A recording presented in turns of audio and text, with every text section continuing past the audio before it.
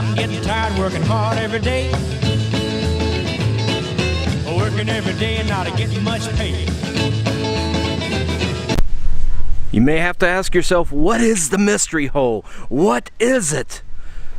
We just went inside and tried it, and you have to do this. It gives you a feeling of vertigo, nostalgia, of being a little bit off your rocker a little bit. So let's go take a look a bit outside.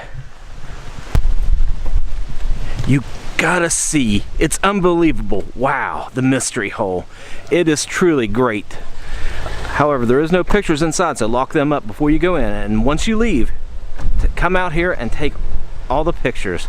Very nice.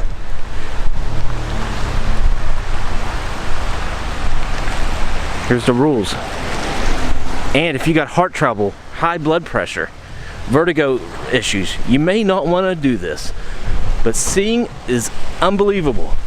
How will this play off in Fallout 76? Will this be in here? At the mystery hole? Let's look at this redneck taxi. They got some flower power right here.